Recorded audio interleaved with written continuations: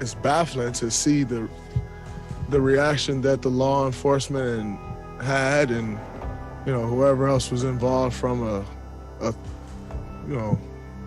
authoritarian standpoint. To see the National Guard standing on those same steps when there was a peaceful protest, and now to see a terrorist attack and no National Guard, it just goes to show you where this country is, where this country has been, and probably where it's going to stay. You just see the privilege.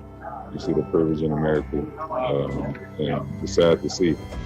Because if any of us was out there, I think would have been tear gas, mace,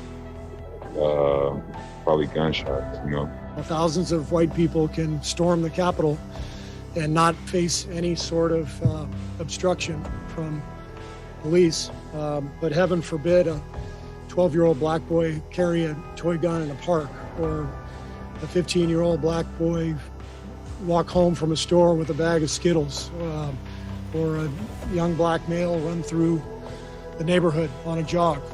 Heaven forbid any of those things happen.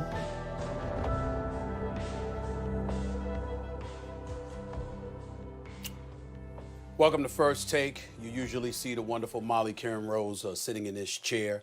She is off for today. As a result, I'm filling in as the novice host that I am, but on this particular day, it really doesn't matter. I'm here alongside my buddy Max Kellerman, my partner here at First Take. And obviously, Max, we saw what transpired in the nation's capital yesterday. I have a lot to say about it. We're going to have Kendrick Perkins on in just a little while to react to what the NBA players had to say as well. But witnessing what you witnessed take place in the nation's capital yesterday, when those protesters stormed the nation's capital, the state capital, endangering the lives of so many people. 4 people was killed, One person was shot. The other 3 were fatally wounded via medical emergencies and what have you. Max Kellerman, your reaction to what you saw yesterday, not just in terms of what happened, but in regards to what the NBA community had to say in their reaction to what happened. Sure. Well, first I would say I wouldn't call them protesters. I called them insurrectionists, which is what they were. And one was flying a Confederate flag, a seditious and treasonous flag of slavery inside.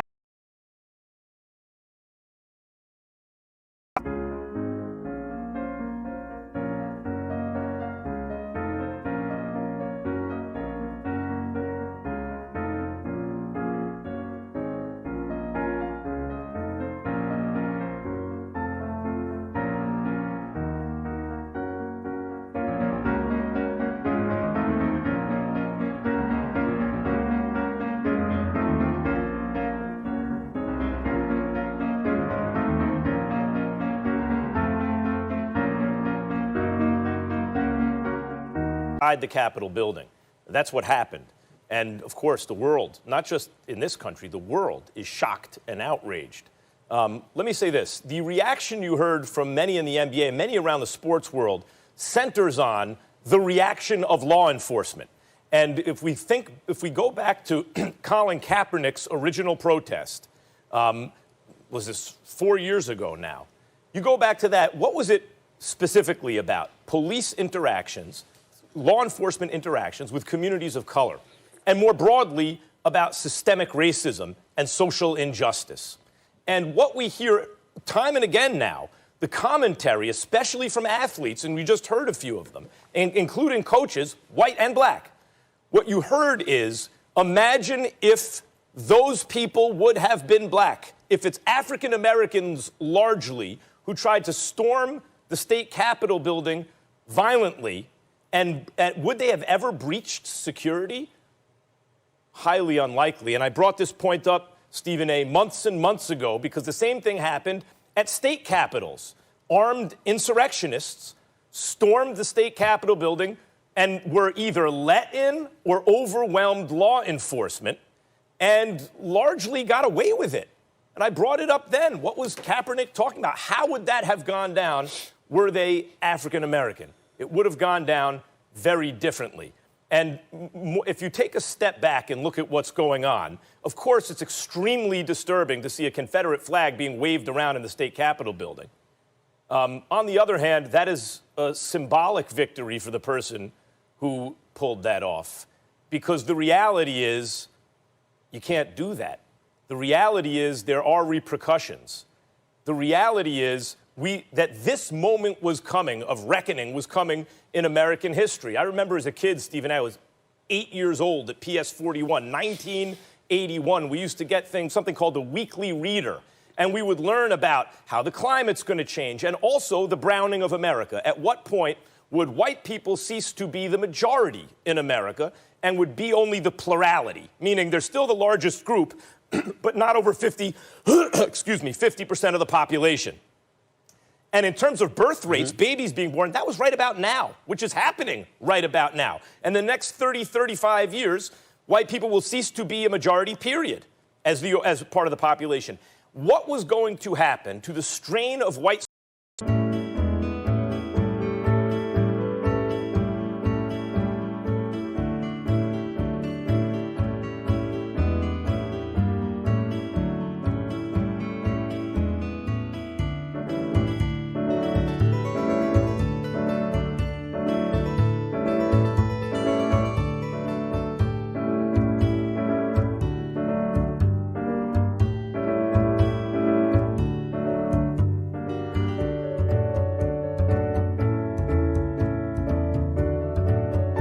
supremacy in this country when that occurred? What we're seeing now, a desperate attempt to hold on or reclaim some kind of past power. At our worst, this country has always been about white supremacy, at our worst. And at our best, it's been a multiracial coalition of those of goodwill. And that's been the struggle throughout our history. And recent events have seen the ascension once again of the multiracial coalition of those of goodwill. And what we've seen is that strain of white supremacy mixed, by the way, and it's a toxic mixture of that on the one hand and low and people susceptible to low quality information. So they're susceptible to lies from their leaders. We saw that toxic mix rear its ugly head in the face of a triumph by the multiracial coalition of those of goodwill. Well, obviously, I have a lot to say, but sitting in this chair today and subbing for Molly Kieran Rose, I'm going to go to Kendrick Perkins first. I want to bring him in on this conversation because obviously the NBA community reacted to it. He's a former NBA player, former NBA champion, obviously, and now a contributor right here, proudly so, on ESPN. Kendrick, you saw what you saw in the nation's capital. You saw the NBA community react.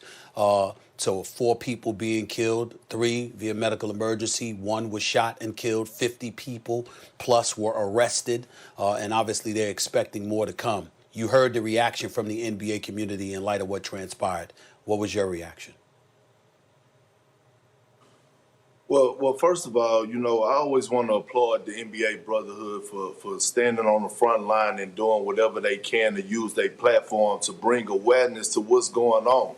Honestly, personally, I don't see how they played last night. My mind was in a whirlwind, just watching, the news and seeing what was going on and me witnessing what was going on in Capitol Hill.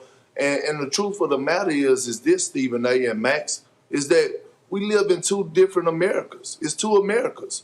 It's Black America and it's white America. And when you look at what happened and what transpired yesterday at Capitol Hill, them going in there, rioting, people being murdered and killed and things were getting torn down and people were taking selfies while they was doing it with the police officers.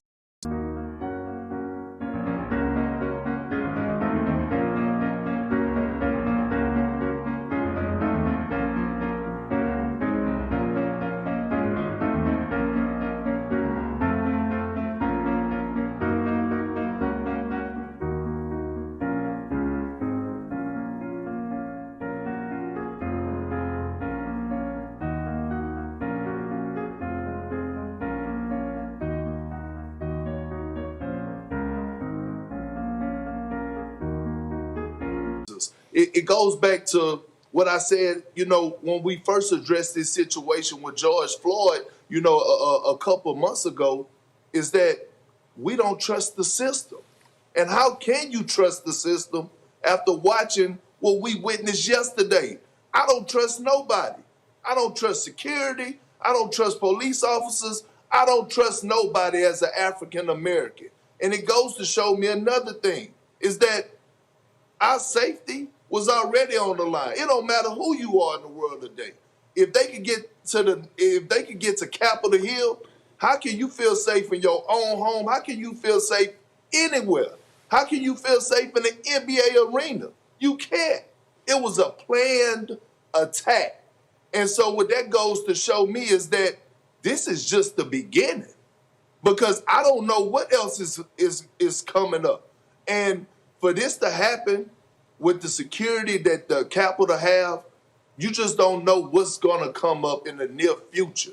You don't know what's going on through these evil souls that are doing these crazy things in our world today, especially in the United States. Our safety is on the line. We should not take nothing for granted. We have to make sure that we watch ourselves, protect our family, be cautious of where we go, who we're around. And it went a step further, just witnessing what we saw yesterday and the things that happened. I mean, I'm really lost for words, to be honest with you, because I don't know what to do. I'm up all night pacing the house, going to check on my kids. I mean, Stephen A. and Max, to be honest, I don't know what to do. It's just not safe. Can't trust nobody. Nobody. I got it. I appreciate your comments from both of you.